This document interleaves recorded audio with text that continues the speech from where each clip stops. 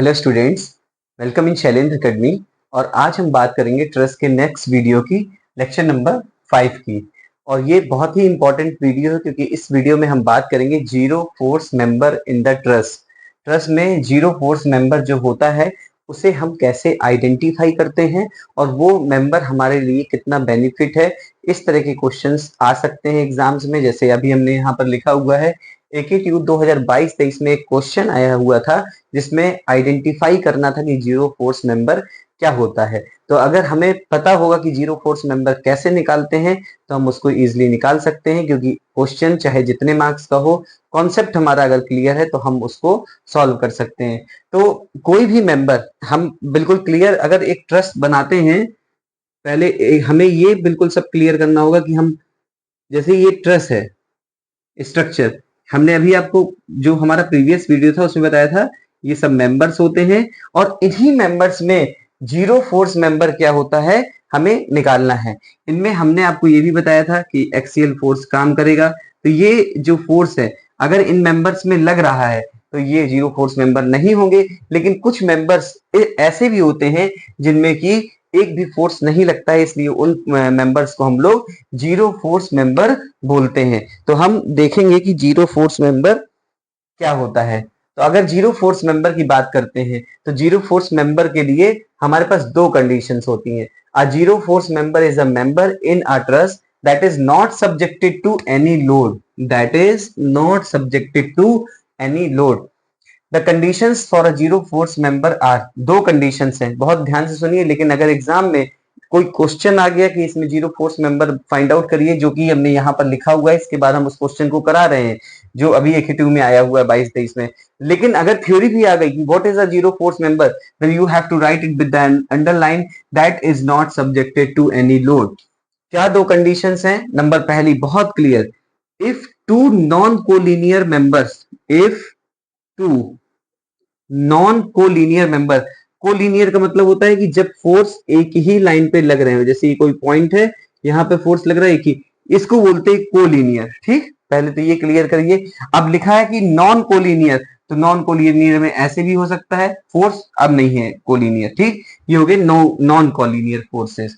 तो if two non collinear members meet at a joint with no external load apply, both members are zero force member.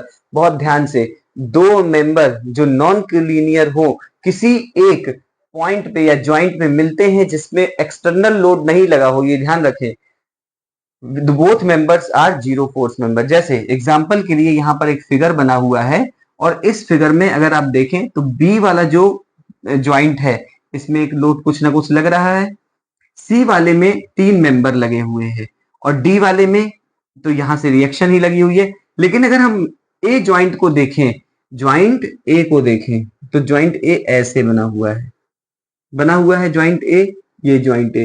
तो इस joint ए में अगर हम यहां पर इस मेंबर में फोर्स माने एफ, क्योंकि ए से सी है तो हमने एफ ए सी लिखा, और यहां पर एफ ए से बी है तो हमने एफ ए बी लिखा, ये हमारा ज्वाइंट ए है। तो क्या ये कंडीशन को फुलफिल कर रहा है? यस। इफ टू, दो हैं, दो मेंबर हैं, नॉन कोलिनियर एक ही लाइन पे नहीं है, मीट एट अ ज्वाइंट एक ज्वाइंट पे मिल रहे हैं, विथ नो एक्सटर्नल लोड, यहां पर कोई एक्सटर्नल लोड नहीं लगा है, both members are zero force member. तो यहां पर जो ये मेंबर होंगे कौन कौन से, ए बी एंड ए सी, ये दोनों ही जीरो फोर्स मेंबर होंगे। और अगर हमें फाइंड आउट भी करना है तो हम स्टैटिक इक्विलिब्रियम की इक्वेशन लगा करके इसको सॉल्व कर लेंगे। सॉल्व करने का मतलब है कि हम कोई न्यूमेरिकल कर रहे हैं, लेकिन हम जब डायरेक्टली जानते हैं कि जीरो फोर्स मेंबर कैसे निकाला जाता है तो हम देख करके पहचान सकते हैं। और आप देखें कि इस ज्वाइंट में कोई एक्सटर्नल लोड नहीं लग रहा है, एक ज्वाइंट में एक मेंबर इधर और एक मेंबर इधर है, तो सीधे ए बी और ए सी जो मेंबर हैं वो हमारे जीरो फोर्स मेंबर होंगे।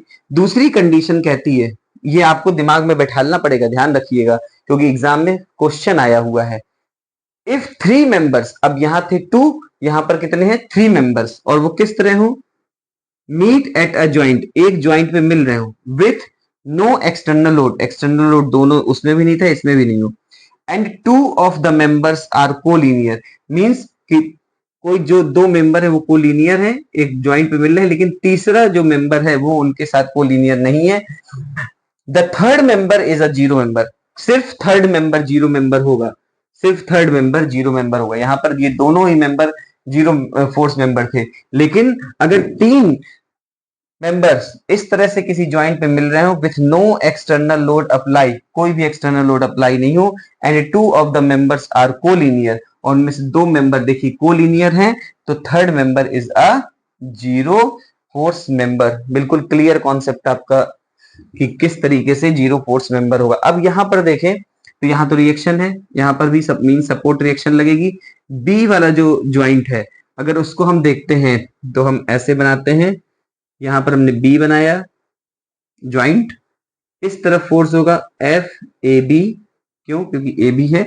इस तरफ होगा एफ बी सी, और बी से एक लाइन ऐसे आप देख रहे हैं जाते हुए एक member F B D angle theta पे। तो ये कंडीशन क्या है, इसको सेटिस्फाई कर रही है। Yes, if three members 1 2 3 meet at a joint B point पे विथ नो एक्सटर्नल लोड, कोई एक्सटर्नल लोड नहीं लगा है, and two of the members are collinear, F B C और एफ ए बी कोलिनियर है, the third member is a zero member. तो अगर हम इसमें बात करें तो जो बी डी मेंबर होगा, बी डी, ये बी डी मेंबर, ये क्या होगा, जीरो फोर्स मेंबर, क्या होगा, जीरो फोर्स मेंबर। और यहां पर आपके ए सी और ए बी जो होंगे वो जीरो फोर्स मेंबर होंगे। यही कॉन्सेप्ट है जीरो फोर्स मेंबर का, और कुछ नहीं है। सॉल्व करने की जरूरत ही नहीं है। अगर आपको याद हो, एक में तीन मेंबर होंगे, एक में दो मेंबर होंगे, एक्सटर्नल लोड अप्लाई नहीं होगा।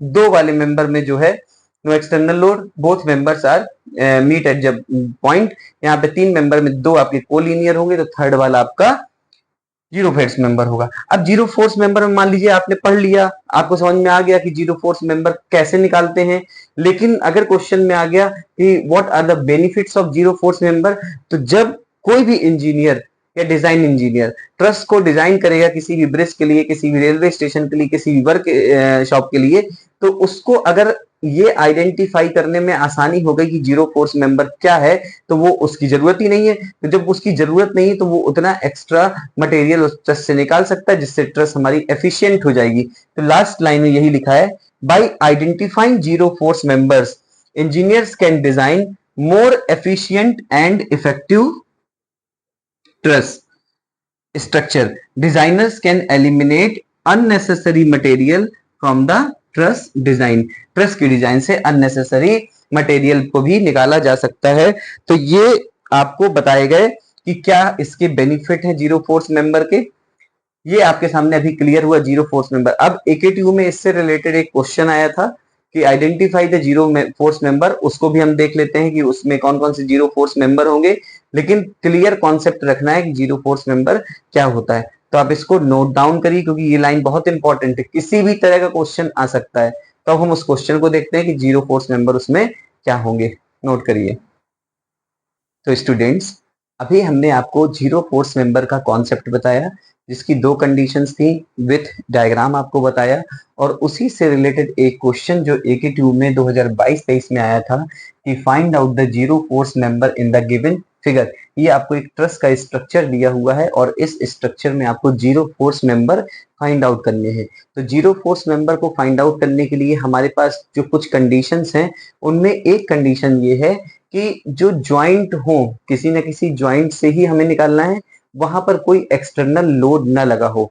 तो अगर आप देखें तो यहाँ पर ज्वाइंट ए है, ज्वाइंट एच है, ज्वाइंट जी है, ज्वाइंट एफ है, ज्वाइंट डी है, ज्वाइंट ई है, सी है और बी है।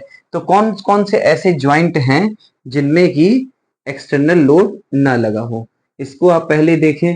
तो अगर आप इसको देखें ध्यानपूर्वक, तो यहाँ पर एक ज्वाइंट एच है, एक ज्वाइंट जी है और एक ज्वाइंट एफ है, जहां पर कोई भी एक्सटर्नल लोड नहीं लगा है।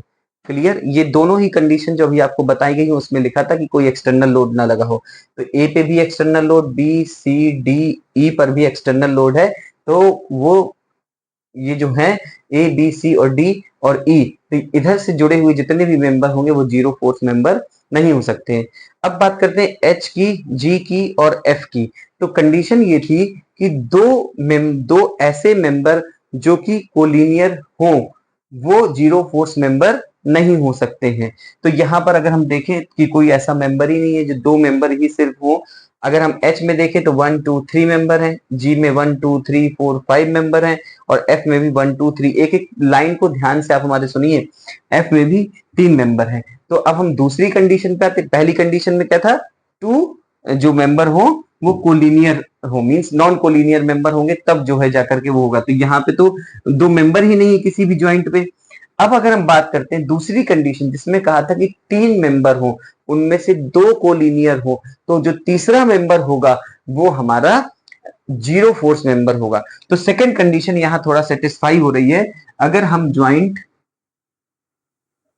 कौन सा देखते हैं, H सबसे पहले H देखते हैं तो H ज्वाइंट इस तरह बना हुआ है।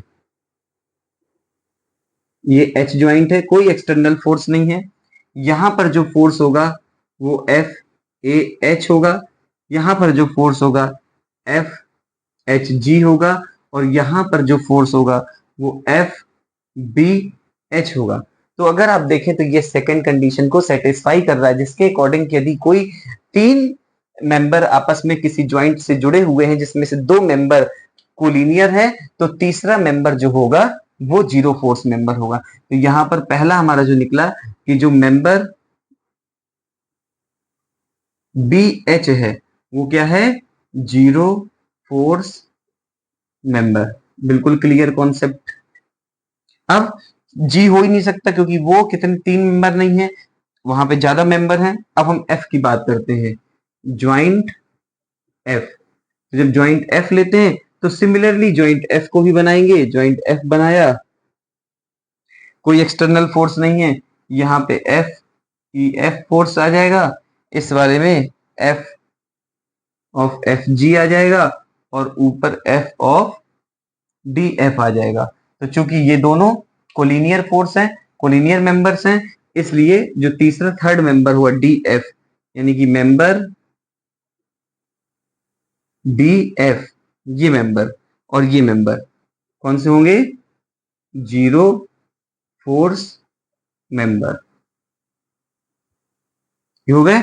बस यही आपको एग्जाम में करना था कि मेंबर बी एच और मेंबर डी एफ ये दोनों ही जीरो फोर्स मेंबर हैं। और बस आपको जितने भी मिनिमम मार्क्स का क्वेश्चन, मैक्सिमम मार्क्स का क्वेश्चन था, वो आपको पूरा नंबर मिलेगा कि मेंबर बी एच और member D F zero force member है, यानी कि मेंबर बी एच और मेंबर डी एफ।